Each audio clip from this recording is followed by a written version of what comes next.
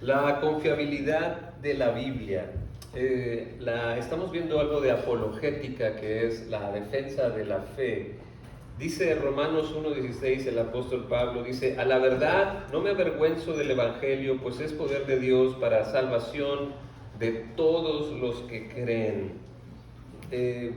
No tenemos que avergonzarnos de nuestra fe, avergonzarnos de compartir nuestra fe. Estamos en un paréntesis ahorita en la meditación del Evangelio de Marcos, precisamente cuando Jesús está dando testimonio ante el consejo y ante el gobierno romano, ante Pilato. Él se para de frente y se pone su postura. Así nosotros también tenemos que poner nuestra postura delante de los demás. Somos llamados igual a dar testimonio de nuestra fe y de que Jesús es Señor, de que Jesús es el Salvador del mundo. Tenemos que defender nuestra fe, defender nuestra postura. Y la semana pasada estábamos meditando en cómo hacerlo astutos como serpientes y sencillos o mansos como palomas. Y hablamos de varios argumentos que podemos tener para defender nuestra fe, ¿verdad? Para defenderlo ante estas cosmovisiones. Habíamos dicho, esta cosmovisión es el conjunto de ideas y presuposiciones que tenemos acerca del mundo, de la vida, de todo. Nos ponemos esos, y para nosotros como cristianos es la cosmovisión bíblica. La Biblia es la base de nuestra creencia, de cómo vemos al mundo, de cómo nos vemos a nosotros mismos, de cómo vemos las relaciones, de dónde venimos, a dónde vamos. Todas las preguntas las respondemos con la Biblia. Y en la semana pasada escuchábamos el consejo de Pedro, que decía: estén siempre preparados para responder a todo el que les pida razón de la esperanza que hay en ustedes. Y yo les recordaba que nuestra lucha no es contra carne y sangre, sino contra fortalezas. Y esas fortalezas del enemigo son estas cosmovisiones que van en contra de Dios, las cosmovisiones no bíblicas, ¿verdad? Y entonces estaba dando algunos argumentos que podemos usar para hablar, para conversar, nunca para discutir, nunca para herir, nunca para dañar, sino con todo respeto, como dice la Biblia, pero sí decir la verdad y también dar argumentos. Y entonces yo estaba tratando de alimentarlos a ustedes con unos argumentos de por qué la cosmovisión bíblica es correcta, y hablé acerca de los diferentes argumentos de por qué creer en Dios de una manera lógica, ¿verdad? Porque muchas veces todo parece que todo lo de fe es ilógico, pero no es así. Hablábamos del argumento cosmológico de Dios, es decir, cómo vino a dar el universo. Y hasta los científicos están de acuerdo en que es por generación espontánea, porque de una bacteria, de un Big Bang, no pudo haber venido todo. Entonces, ¿cómo llegó aquí el mundo? Y también el argumento del diseño. Si usted se mira su cuerpo, mira cualquier organismo, dice: wow, ¿cómo voy a hacer todo esto? Alguien tuvo que diseñarlo, y esa es la pregunta que responde la Biblia. Él es el creador. Y también vimos el argumento de la moral, que nos damos cuenta cuando algo está mal.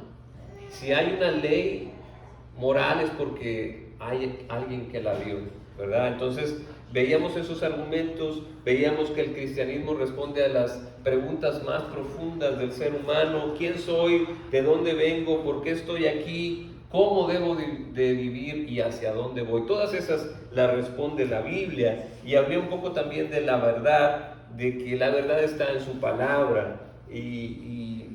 Como le decía a los niños, la Biblia es la que nos guía, no es algo que nosotros inventemos. Usamos la Biblia para seguir nuestras vidas. Y en esta cultura es una de las cosas que la gente dice: no, pero la Biblia es un invento. ¿Qué hacemos para defender, para tener argumentos contra quien dice: yo no creo en la Biblia?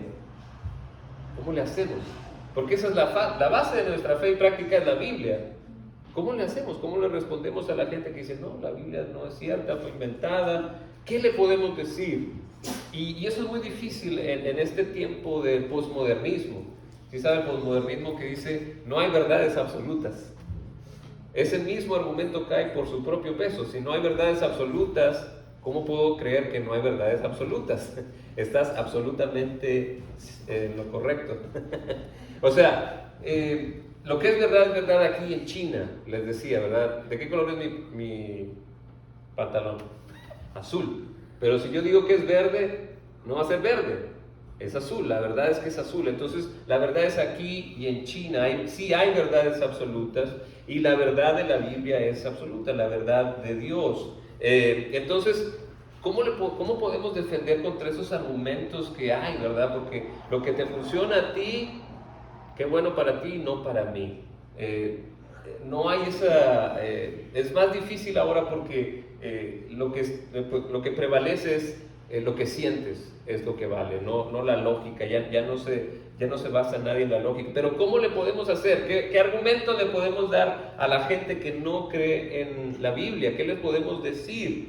Y le recuerdo que no vamos a pelear con nadie, vamos a ser sencillos como palomas, ¿verdad? Si alguien quiere escuchar lo que piensas, te lo dices. Si alguien no quiere escuchar lo que piensas, no se lo dices. Pero si alguien te da la oportunidad, tienes que ser astuto y dar buenos argumentos acerca de por qué tú crees en la Biblia, qué es lo que te hace a ti creer en la Biblia. Y bueno, le voy a dar dos aproximaciones para poder defenderla. Una es de manera interna, o sea, lo que dice la Biblia, y la otra es la externa, lo que se dice de la Biblia y cómo poder usar esos argumentos. Bueno, lo interesante de la palabra de Dios, de la Biblia, es que dice que es la verdad.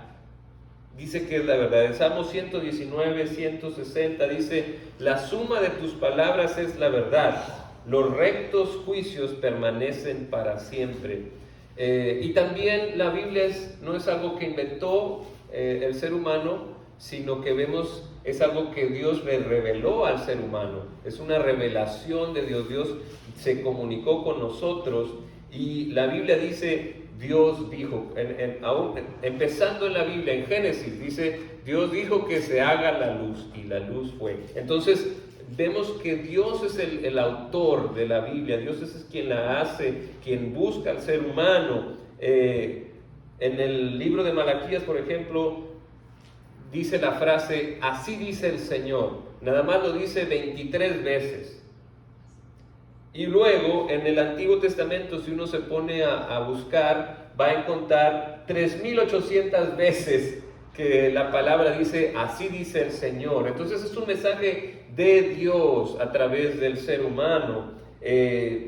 Dice segunda de Pedro 1:21, porque la profecía no ha tenido su origen en la voluntad humana, sino que los profetas hablaron de parte de Dios, impulsados por el Espíritu Santo. En segunda de Timoteo 3:16 dice, toda escritura es inspirada por Dios y útil para enseñar, para reprender, para corregir y para instruir en la justicia. Lucas 24, usted puede subraye o anote todos estos pasajes para cuando alguien le pregunte acerca de la Biblia. Mira lo que dice la Biblia, te va a sorprender lo que dice, porque Lucas 24:27 dice, entonces comenzando por Moisés y por todos los profetas, les explicó lo que se refería a él en todas las escrituras. Las escrituras dan testimonio de Cristo, de Dios. En Mateo 24:35 dice, el cielo y la tierra pasarán, pero mis palabras no pasarán. O sea, estoy tratando de decir, lo que dice la Biblia, lo que presume la Biblia es muy fuerte. Dice, es la palabra de Dios, es donde Dios se reveló y ha dado su mensaje. Entonces, ese es un argumento que uno puede dar. Dice, es que esto es la palabra de Dios, esto es el mensaje de Dios. Y entonces podemos tener ese argumento. Mira lo que dice Dios acerca, la palabra de Dios. Mira todos estos pasajes y ve. Ahora, si eso no es suficiente, la Biblia está escrita por testigos oculares.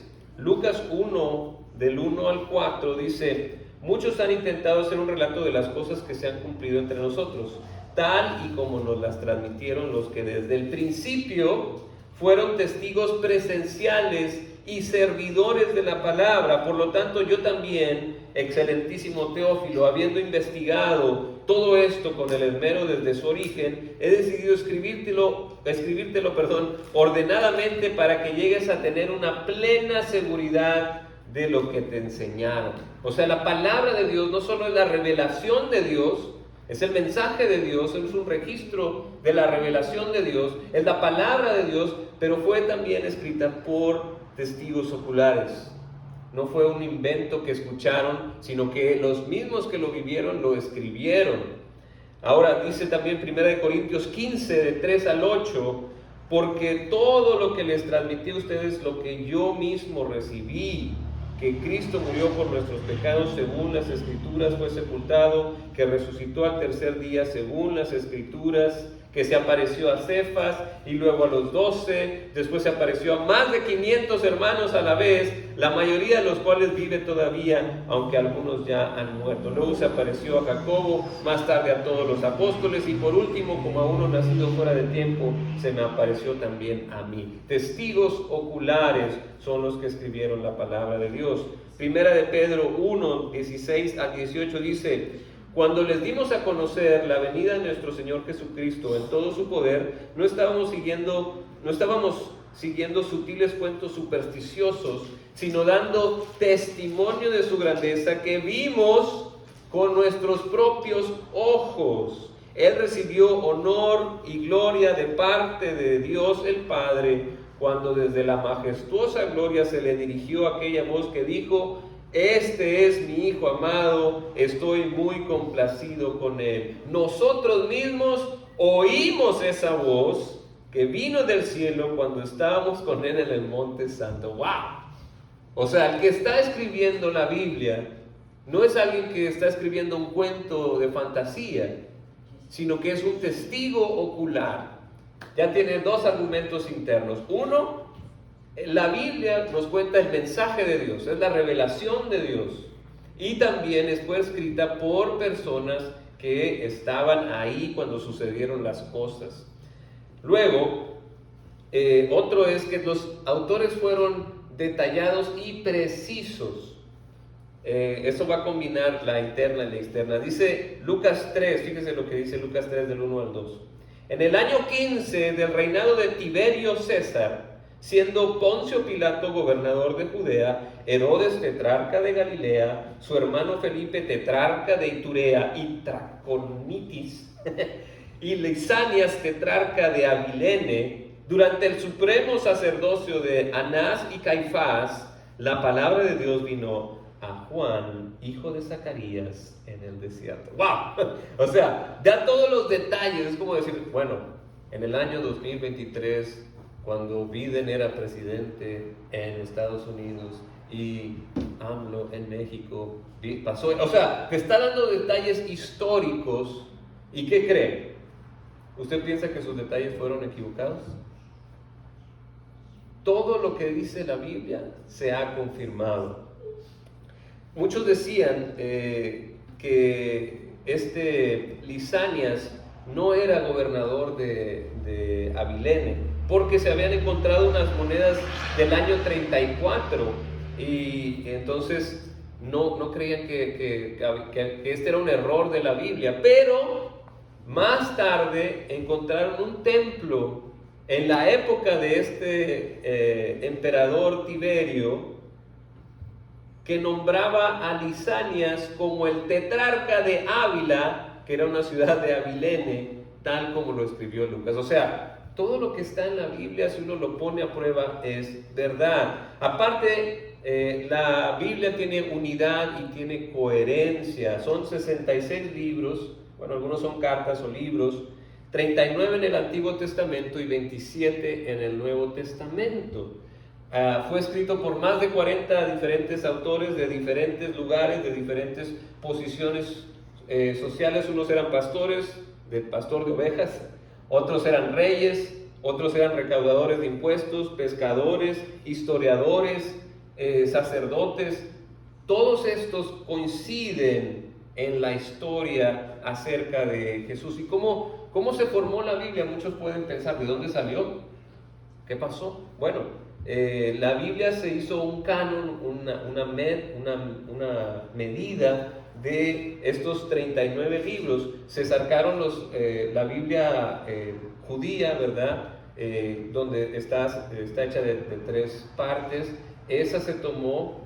Y también del Nuevo Testamento se tomaron 27 libros y cartas de Mateo, Apocalipsis, todos probablemente escritos entre el año 50 y el año 100 del primer siglo.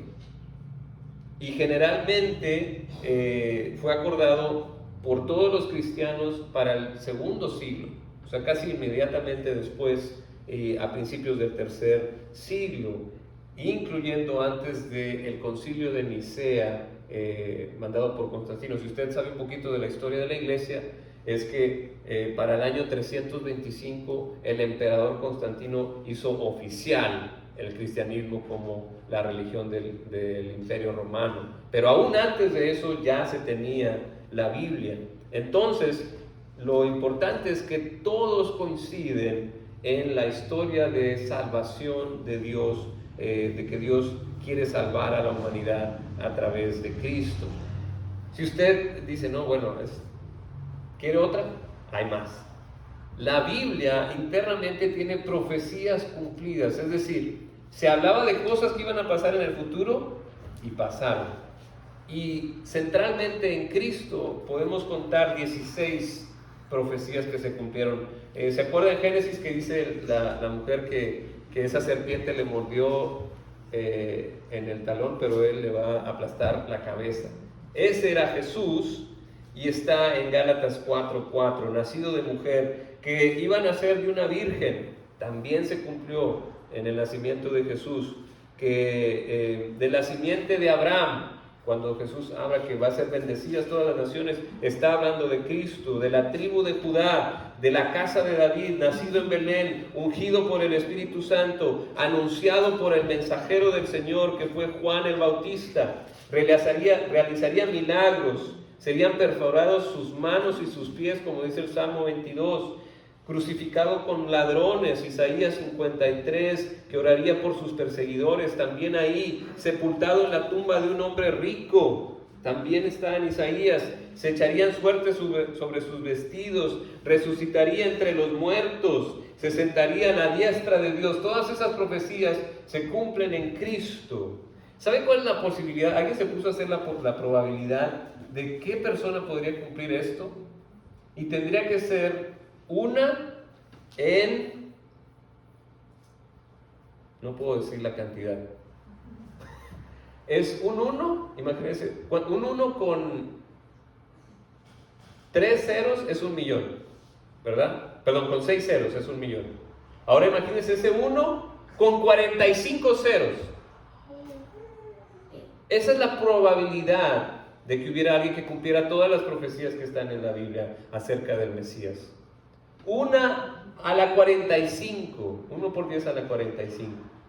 ¿Cuántos humanos hay? Ahorita hay 1 y 10 ceros. 1 billón, perdón, 10 billones de humanos. Y la probabilidad era 1 en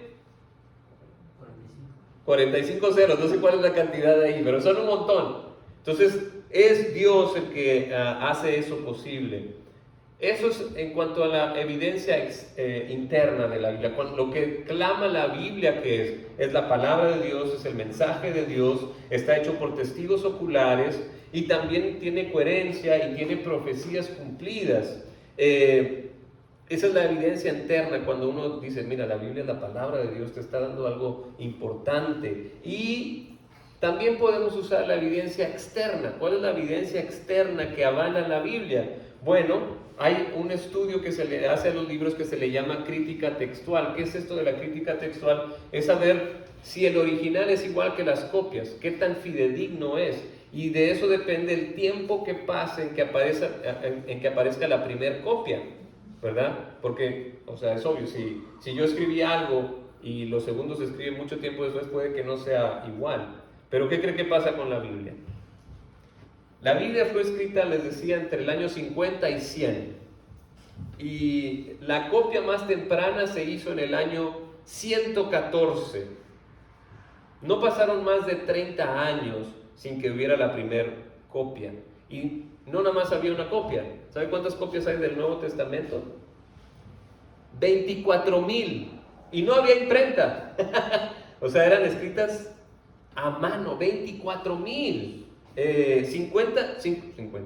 5,600 en griego, 10,000 en latín, la llamada Biblia Vulgata, y 9,200 de otro tipo, otros manuscritos. Todas esas copias en tan corto tiempo. En cambio, por ejemplo, ¿usted ha escuchado de la Ilíada de Homero? Hay bien poquitas copias. ¿Y sabe cuál es el periodo entre el original y la primera copia? 500 años.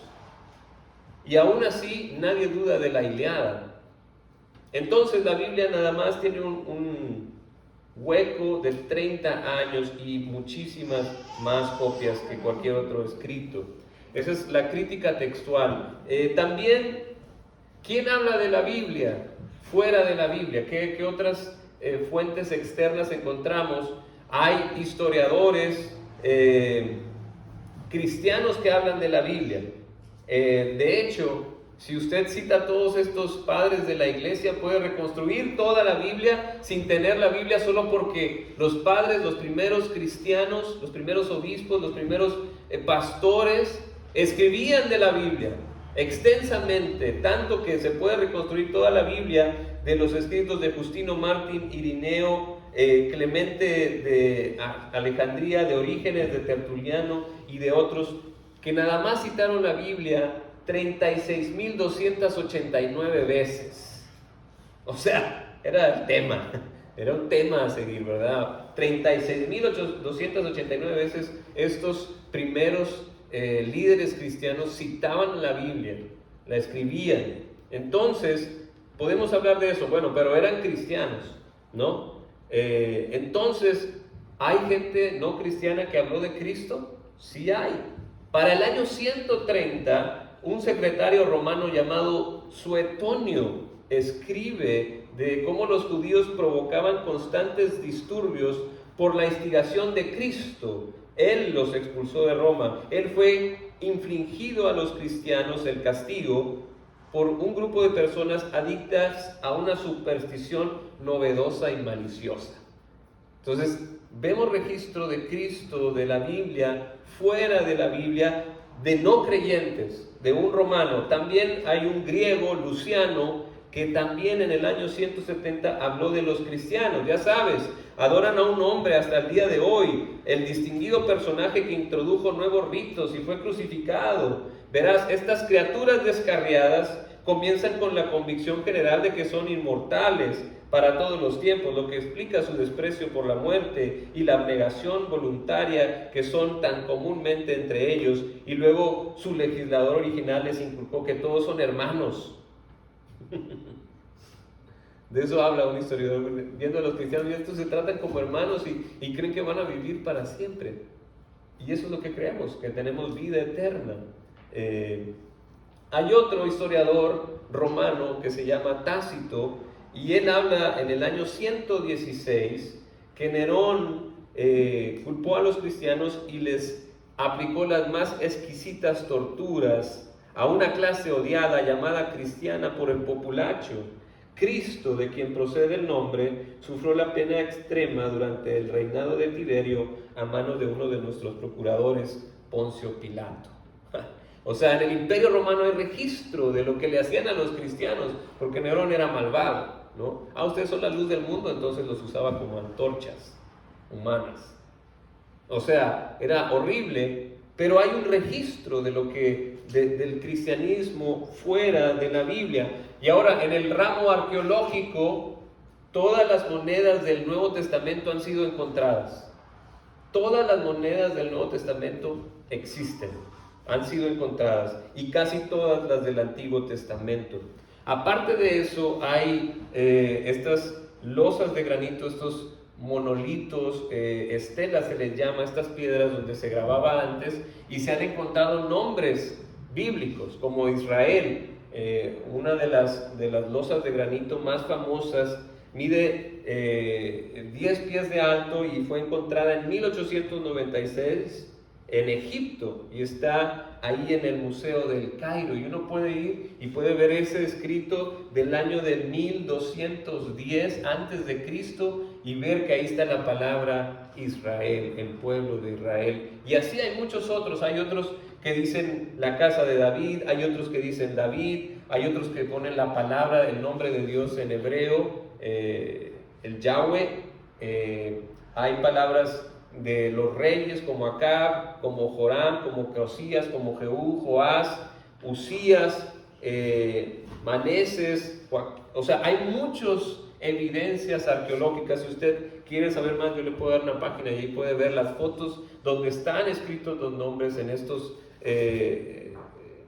monolitos de la historia con muchos años atrás. Por ejemplo, hasta en la página, yo no creía esto, pero en la página de Univisión hacen una lista de todas estas cosas que avalan la Biblia.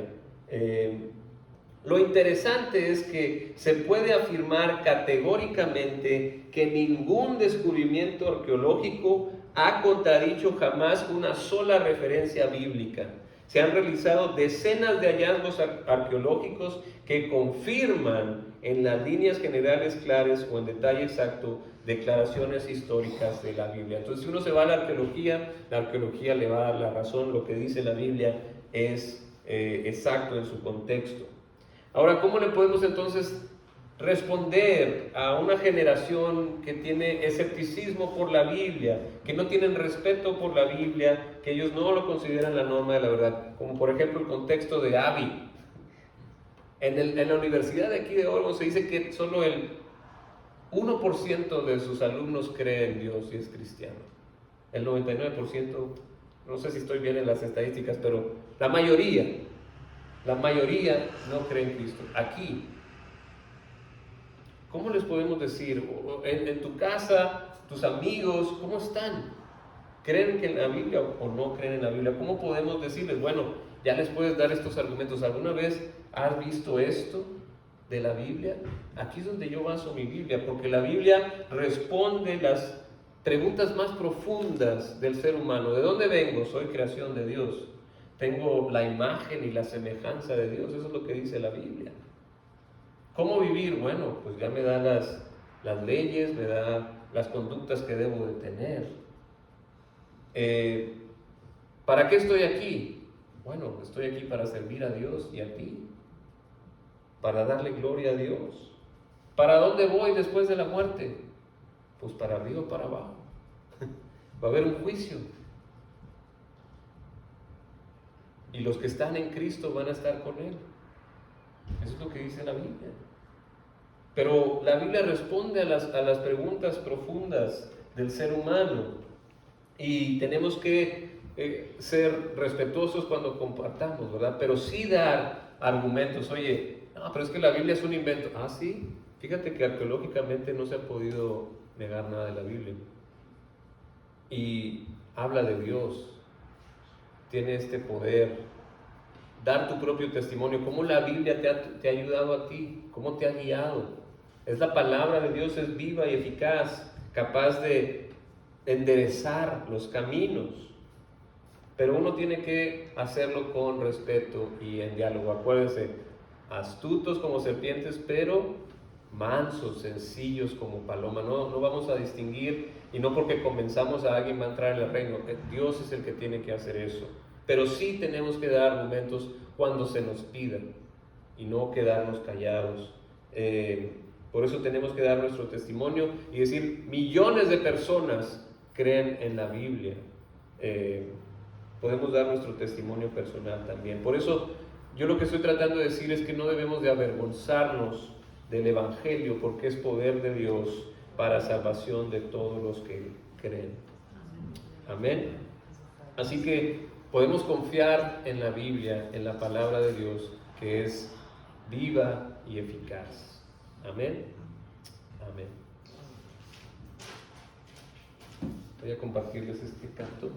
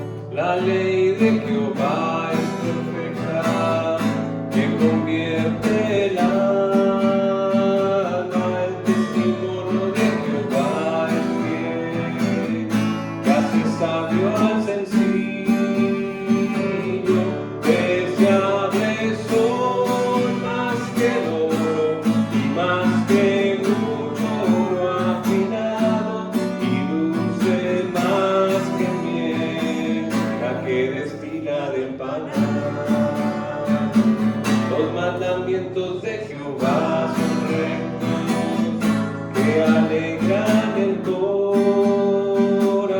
El precepto de Jehová es puro, que alumbrados son